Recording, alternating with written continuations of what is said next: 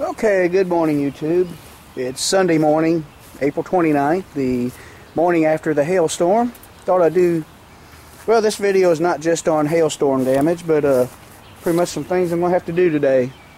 Of course, in my video where I fixed a Ranger, I said the next thing up was to get some more work done to the power stroke, but can't plan on something like this.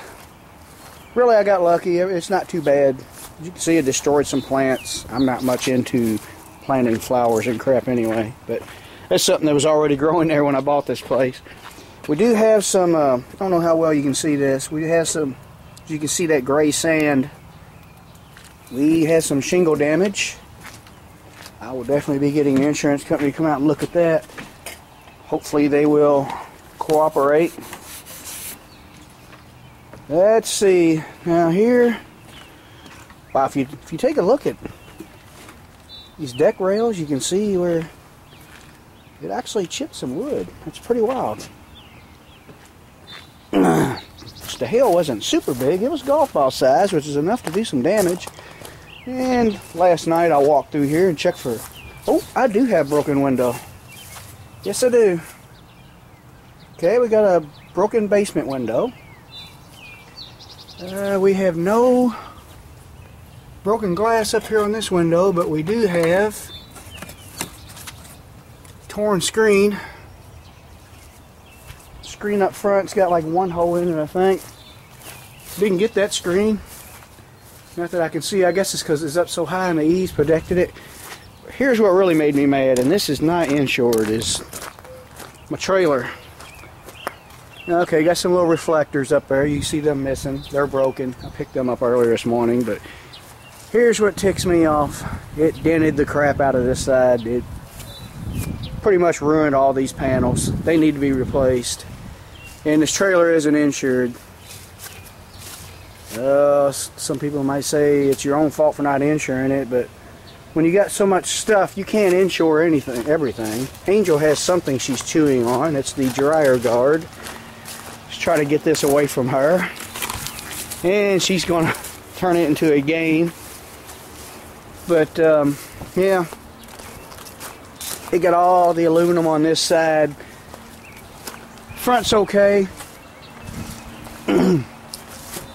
So if you gotta let something sit outside, most storms come from the same direction. Now if this trailer was parked in a fashion to where, actually I think it'd be best if the rear was pointing in the direction that the hail would beat on if a storm was to come through. I got a few dents in this big stainless steel piece. Oh, a guy that knows what he's doing could probably work that out. Well, actually, I don't think that's thick stainless. That can be replaced. But yeah, I'm going to have to fix that myself. I know the trailer looks dirty, but it really is a nice trailer when it's cleaned up. We got that. I showed you last night we have a broken window. And luckily, a lot of crap flew in on the power stroke, but I don't feel any dents right here. No, I don't feel any dents at all, thankfully. This here was kind of protected by the wall, and the only area it could take a beating would be, you know, the window, and up here, and that window was a little bit too thick for a golf ball size hail to go through, unless the wind was driving it that hard. There's something else you gotta consider. Not only the size of the hail, but the speed of the wind that's driving it. Sometimes smaller hail can really do some damage if the wind's really pushing it. But I guess that's pretty much all the damage, except for the dryer vent that my dog is trying to eat. Let me try one more time to get this away from her. Set this Coke down. Get off of that. Let me pause the camera and get this away from her. Okay, I'm back. I got the dryer vent cover away from Knucklehead here. You can see all these tree limbs laying around here. Oh yeah, and there's one more thing it did to my trailer. It's kind of ticked me off, but hey, it could have been a lot worse. Well, let me plug in a light. I have a cord I leave out here, but I don't leave it plugged in for obvious reasons.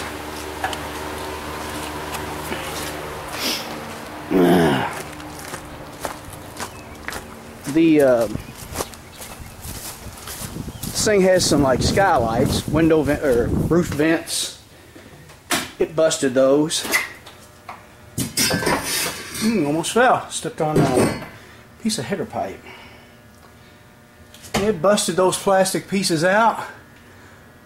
I'm tempted to see if they make maybe some aluminum ones that are a little tougher, or I might make some steel ones. I might do that. Might be one of my projects for the day. This one busted out, and I was really concerned when I first seen it because you can see where the hail beat through the screen.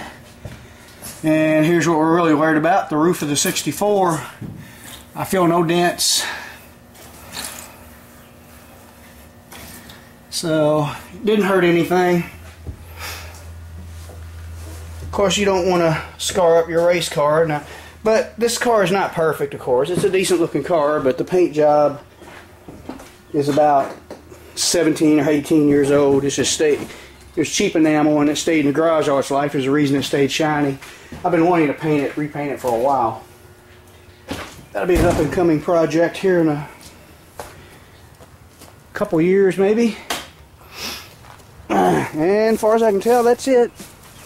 The worst of it is the side of this trailer. Those pieces can be replaced, but it would have been nice if it was insured and I could have someone else pay for it. But like I said, when you got so much stuff, you can only afford to insure so much, you know. And plus I have a little theory about insurance on certain things. If you can fix it yourself, sometimes it pays, it's a lot cheaper to pay for the parts and do the work yourself than to pay insurance all your life. You got to think, you're constantly paying every month. You may or may not use it. In some cases it pays off, like homeowners insurance. If a tornado was to come through here and take the complete house away or destroy it, sure, insurance pays off then. Stuff like that. Nobody's got about $150,000 to build a new house in their bank account. Not many people do. I know I don't. But I do have enough to repair things like this trailer. Actually, this Ranger, even though it's got full coverage, I'm tempted to take that off of it. Because I can do all the work to it myself. And luckily, my bed that I'm going to put on the truck did not receive any damage. It needed body work anyway. And these top rails are protected by the bed liner. Now, this old bed, not really concerned about it, but just want to show. If you look down there, there are some. It's hard to tell as dirty as this is. It's got overspray on it.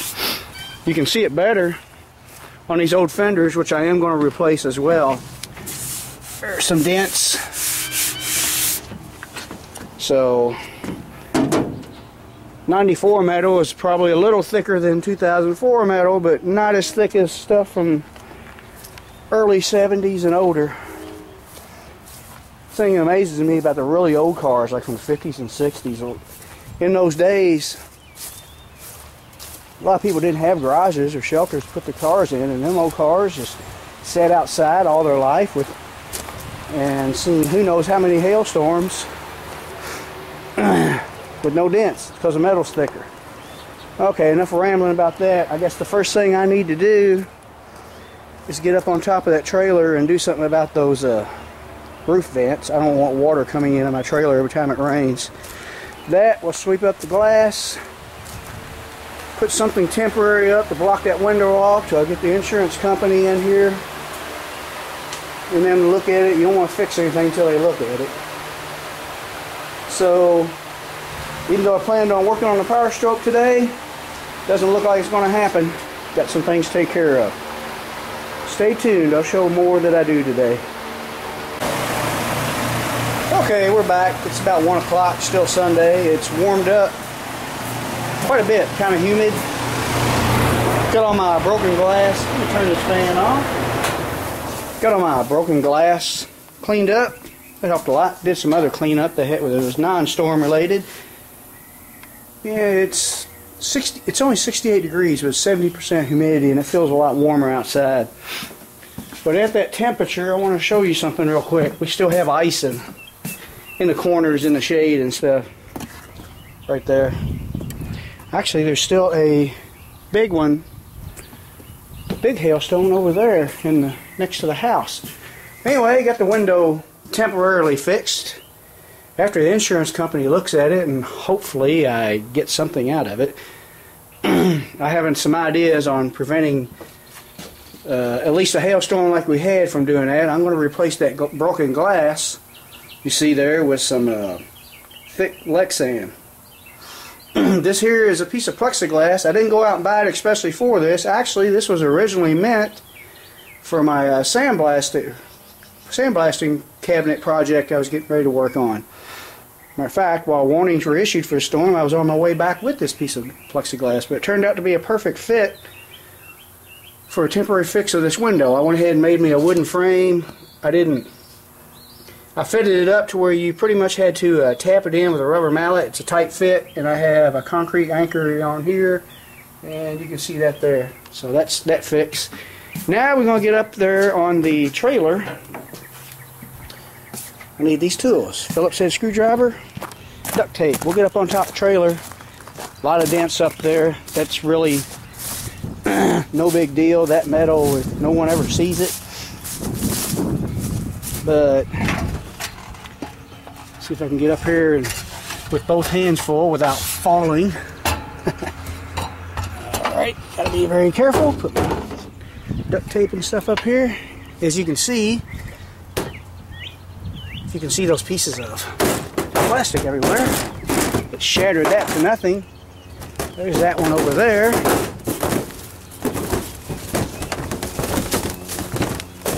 That's what it's kind of what it was supposed to look like. I'd say these things aren't that tough to begin with, but this is probably fragile and dried out from the sun. So what I'm going to do, I'm going to go ahead and take those off and temporarily fix it with duct tape. And we'll leave it like that until I'm going to search on the internet and see if there's some better made ones. If I don't like what I see, or if I don't like the price, I'm going to make some type of lid. Maybe out of some aluminum sheeting I have in there. That might work. Or maybe I'll make them out of steel so that this won't happen again. Or maybe Lexan, because they're supposed to be like skylights, let a little light in. Let me pause the camera and stay tuned.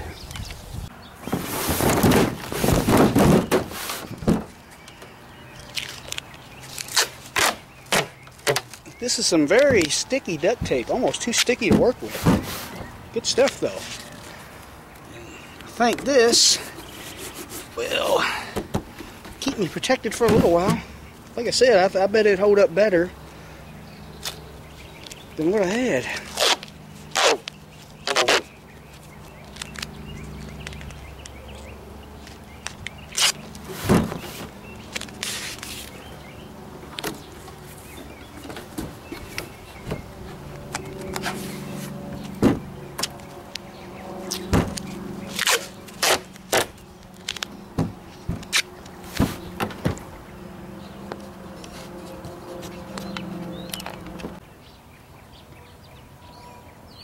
Okay, we got that one side taped up. Now, I'm going to go ahead and remove this one, and we'll be temporarily fixed. I think that duct tape would hold up a lot better than these. I don't think I got to worry. It'd have to be some big hail to penetrate that stuff. It is sticky and strong. Just what we want, though. Okay, there's that.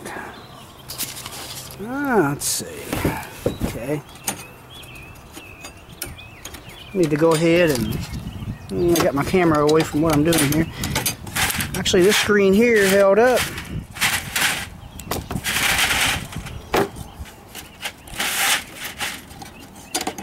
I need to get this piece off, if I can get it slid back without tearing it up. Trying to work with one hand again. Okay, there's that off. I'll tape that up. Be all that for now until I figure out exactly what I want to do with it for a permanent fix. Okay, up next is we're going to go up on top of the roof of the house. As you've seen, I'd already duct taped the open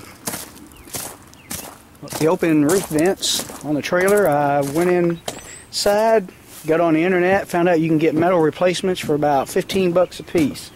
So I think 15 bucks isn't too bad to save me the trouble of trying to make something I can bolt right on.